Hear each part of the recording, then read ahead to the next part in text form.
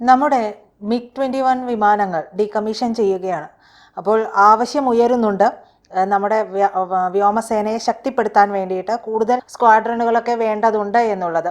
അത് ഏതാണ്ട് നടപ്പാകുന്ന അവസ്ഥയിലേക്ക് എത്തുകയാണ്. അതല്ലെങ്കിലും ഇതിപ്പോൾ ആവശ്യം ഉയർന്നില്ലെങ്കിലും സുസജ്ജമാക്കി വെക്കുക എന്നുള്ളത് നമ്മുടെ രാജ്യത്തിൻ്റെ നിലപാടാണ്. അതനുസരിച്ചുള്ള പ്രവർത്തനങ്ങൾ ഇപ്പോൾ ചെയ്യുകയും ചെയ്യുന്നുണ്ട്. ഇപ്പോൾ കൂടുതൽ വിമാനങ്ങൾ വരുന്നുണ്ട് വ്യോമസേനയ്ക്ക് ശക്തി പകരാനായിട്ട് എന്ന് കേൾക്കുന്നത്. എന്താണ്? അതായത് ഇന്ത്യൻ വ്യോമസേനയ്ക്ക് കരുത്ത് പകരാനായിട്ടാണ് കൂടുതൽ 97 യുദ്ധവിമാനങ്ങളാണ് വരുന്നത്. അപ്പം നമ്മൾ സാധാരണഗതിയിൽ 97 യുദ്ധവിമാനങ്ങൾ എന്ന് കേൾക്കുമ്പോൾ മിക്കവാറും വിദേശത്ത് നിന്ന് വാങ്ങുന്നതായിരിക്കും എന്നാണ് നമ്മൾ സ്വാഭാവികമായിട്ടും വിചാരിക്കുക. നമ്മളുടെ സ്ക്വാഡ്രണുകളുടെ ശേഷി 29ലേക്ക് ചുരുങ്ങുന്നു എന്നൊരു പ്രതിസന്ധി ഘട്ടത്തിൽ നിൽക്കുമ്പോഴാണ് നമ്മൾ ഈ ഒരു കരുത്ത് വർദ്ധിപ്പിക്കാൻ വേണ്ടിയിട്ടുള്ള ഒരു നീക്കം നടത്തുന്നത്.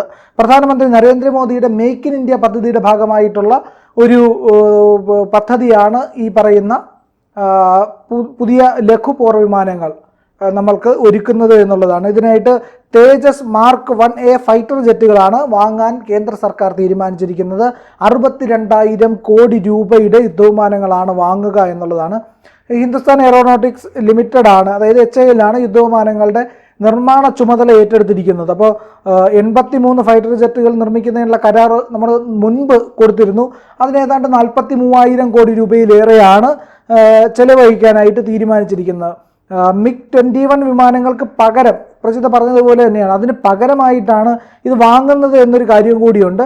വ്യോമസേനയ്ക്ക് ആദ്യം വിതരണം ചെയ്ത 40 LCAകളേക്കാൾ നൂതനമായ ഏവിയോണിക്സും റഡാറുകളും LCA മാർക്ക് 1 വിമാനത്തിലുണ്ട് എന്നുള്ളതാണ് ഇതിൻ്റെ ഏറ്റവും വലിയ പ്രത്യേകത. പുതിയ LCA മാർക്ക് 1കളിലെ 65% കൂടുതൽ ഘടകങ്ങളും തദ്ദേശീയമായിട്ട് നിർമ്മിക്കുന്നതാണ് എന്നുള്ളതാണ് പ്രത്യേകത. അതായത് നമ്മൾ തന്നെ നിർമ്മിക്കുന്ന ആയുധങ്ങളാണ് നമ്മൾ ഉപയോഗിക്കുന്നതെന്നാണ്. അതായത് നമ്മളുടെ വ്യോമ മേഖലയിൽ സ്വയം പര്യാപ്തതയിലേക്ക് ഇന്ത്യ കുതിക്കുന്നു എന്നുള്ളതിൻ്റെ ഒരാശയം കൂടിയാണ്. പ്രതിരോധ സേനയിൽ ആത്മനിർഭരത കൈവരിക്കുക എന്നുള്ള പ്രധാനമന്ത്രിയുടെ ഒരു ശക്തമായ ഒരു ആദർശമുണ്ട്, അല്ലെങ്കിൽ ഒരു ലക്ഷ്യമുണ്ട്. ആ ലക്ഷ്യത്തിലേക്കാണ് ഇന്ത്യൻ വ്യോമസേന സ്വന്തം തദ്ദേശീയമായി വികസിച്ച വിമാനങ്ങൾ ഉപയോഗിക്കുന്നതിലൂടെ കടക്കുന്നതെന്നാണ്. മേക്ക് ഇൻ ഇന്ത്യ പദ്ധതിയുടെ ഭാഗമായി HALന് കേന്ദ്ര സർക്കാർ പ്രത്യേകമായിട്ടുള്ള ഒരു ഊന്നൽ നൽകുന്നുണ്ട്, ഒരു പരിഗണന നൽകുന്നുണ്ട്. അതിലൂടെയാണ് ഈ പറയുന്ന യുദ്ധവിമാനങ്ങൾ നിർമ്മിക്കുന്നത് എന്നുള്ളതാണ് ഏറ്റവും പ്രധാനപ്പെട്ട കാര്യം. അത് മാത്രവുമല്ല, നമ്മളുടെ വ്യോമസേനയ്ക്ക് എന്തുകൊണ്ട് വിദേശ വിമാനങ്ങളെക്കാൾ നല്ലത്, അതായത് ഉപയോഗിക്കാൻ ഏറ്റവും നല്ലത് ഇന്ത്യൻ വിമാനങ്ങൾ തന്നെയാണ് എന്നുള്ളതാണ് പറയപ്പെടുന്നത്.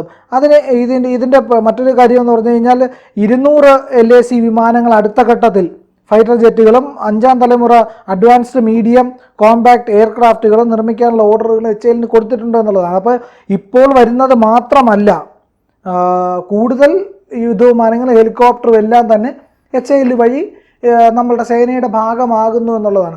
നമുക്ക് ഒരു ഘട്ടത്തിൽ നമുക്കൊന്ന് പരിശോധിച്ച് നോക്കിയാൽ നമുക്കറിയായിരിക്കും, തേജസ് എന്ന് പറയുന്ന ഈ പറയുന്ന യുദ്ധവിമാനം മുൻപ് നമ്മൾ പറത്താനൊക്കെ ശ്രമിച്ച് പറക്കാതെയായി. പിന്നെ നമ്മൾ അതിനുവേണ്ടി പ്രത്യേകമായിട്ടുള്ള എഞ്ചിനുകൾ സജ്ജീകരിച്ചു.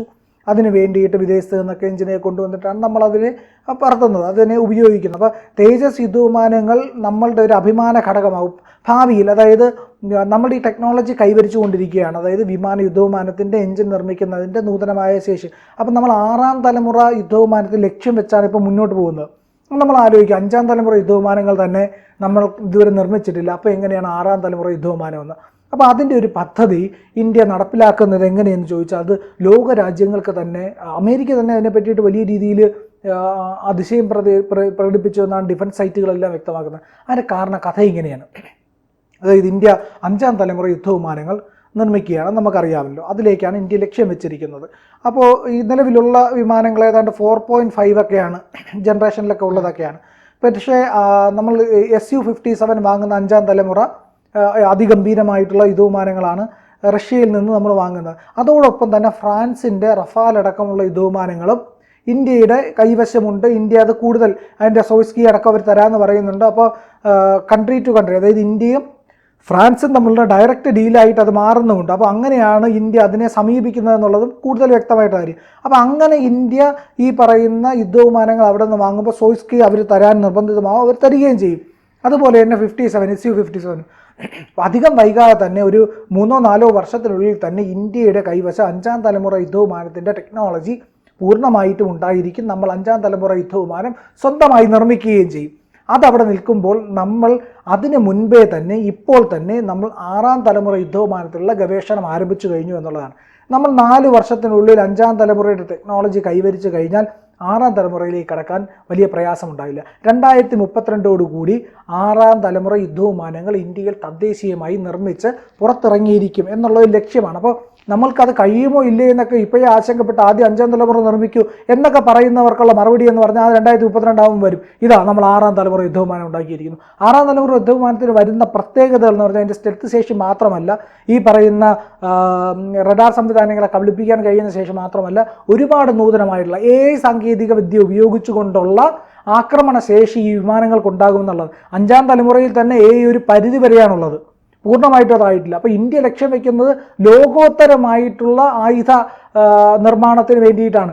അതാണ് അമേരിക്കയ്ക്ക് വലിയ അതിശയമായിരിക്കുന്നത്. അമേരിക്കയുടെ ഉന്നത നിലവാരമുള്ള സൂപ്പർസോണിക് വിമാനങ്ങളിൽ തന്നെ അവർ AI ഇംപ്ലിമെൻറ്റ് തുടങ്ങിയിട്ടേ ഉള്ളൂ. ഇംപ്ലിമെൻറ്റ് ചെയ്യുക എന്ന് പറഞ്ഞു കഴിഞ്ഞാൽ AI എനേബിൾഡ് അറ്റാക്കിംഗ് സിസ്റ്റമാണ്. ബാക്കിയുള്ള സംവിധാനങ്ങളല്ല, അതൊക്കെ AI തന്നെ ഓൾറെഡി ഉപയോഗിക്കുന്നുണ്ട്.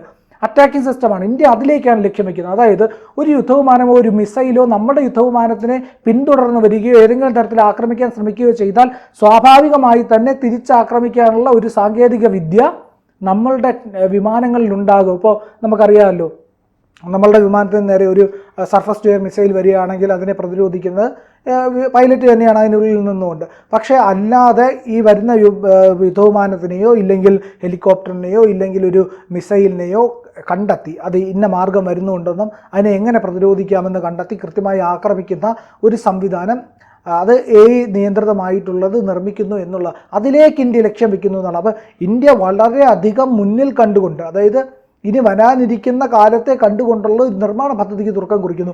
അപ്പോൾ ഇപ്പോൾ വരുന്ന നമ്മളുടെ വ്യോമസേനയ്ക്ക് കരുത്ത് കൂട്ടുന്ന സ്ക്വാഡ്രനുകളുടെ എണ്ണത്തെ കൂട്ടുന്ന 18 മുതൽ 22 വരെയൊക്കെ ആണ് ഒരു സ്ക്വാഡ്രനിൽ വരുന്ന യുദ്ധവിമാനങ്ങൾ. നമ്മൾ ഗോൾഡൻ ആരോസ് എന്ന് പറഞ്ഞൊരു പുതിയ സ്ക്വാഡ്രൻ തുടങ്ങിയിട്ടാണ് റഫേലിൻ്റെ യുദ്ധവിമാനങ്ങളേക്ക് എത്തിച്ചത്.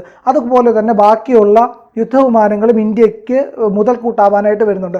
അത് Su-57 ഏതാണ്ട് 10 മുതൽ 12 വരെ എണ്ണം ഇന്ത്യയിലേക്ക് അധികം വൈകാതെ 1 വർഷത്തിനുള്ളിൽ എത്തുമെന്നാണ് പറയുന്നത്. അപ്പോൾ നമ്മുടെ തേജസ് അടക്കമുള്ള യുദ്ധവിമാനങ്ങളും കോമ്പാക്ട് മീഡിയം എയർക്രാഫ്റ്റുകളും ഒക്കെ നമ്മൾ നിർമ്മിക്കുമ്പോൾ സ്വാഭാവികമായിട്ടും നമ്മളുടെ വ്യോമ പ്രതിരോധ രംഗത്തുള്ള കരുത്ത് വർദ്ധിക്കും.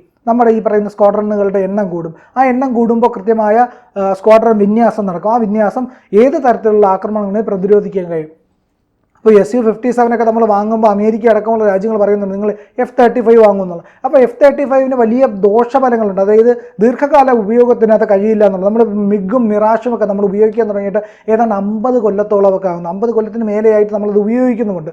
അപ്പോൾ അത്തരം യുദ്ധവിമാനങ്ങൾ നമ്മുടെ കാലാവസ്ഥയ്ക്ക് അനുയോജ്യമാണ്. ഇവിടുത്തെ ഹ്യൂമിഡ് വെതർ കണ്ടീഷനുമായിട്ടൊക്കെ വളരെയധികം അനുയോജ്യമായിട്ട് പ്രവർത്തിച്ച് പോകുന്ന യുദ്ധവിമാനങ്ങളാണ്. പക്ഷേ ഈ പറയുന്ന F-35 പോലുള്ള യുദ്ധവിമാനങ്ങൾ പറന്ന് ഉയരുകയും നിന്നുകൊണ്ട് തന്നെ പറന്നുയരുകയും പറന്നിറങ്ങുകയും ചെയ്യുന്ന യുദ്ധവിമാനങ്ങൾക്ക് ഈ പറയുന്ന ഹ്യൂമിഡ് കണ്ടീഷനുകളിൽ പ്രവർത്തിക്കാനായിട്ട് വലിയ ബുദ്ധിമുട്ടുണ്ട്.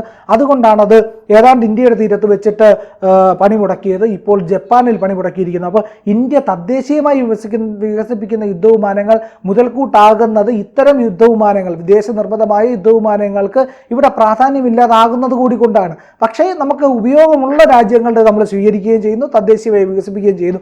എന്തായാലും തേജസ് അടക്കമുള്ള യുദ്ധവിമാനങ്ങൾ ഇന്ത്യയുടെ എയർഫോഴ്സിൻ്റെ ഭാഗമാകുമ്പോൾ അതൊരു വലിയ വിപ്ലവത്തിന് കൂടിയാണ് തുടക്കം കുറിക്കുന്നത്. ആത്മനിർഭർ ഭാരതത്തിൻ്റെയും മേക്ക് ഇൻ ഇന്ത്യ ഭാരതത്തിൻ്റെയൊക്കെ കരുത്തുകൂടി ലോകത്തിന് മുൻപിൽ ഇതോടെ പ്രദർശിപ്പിക്കപ്പെടുകയാണ്.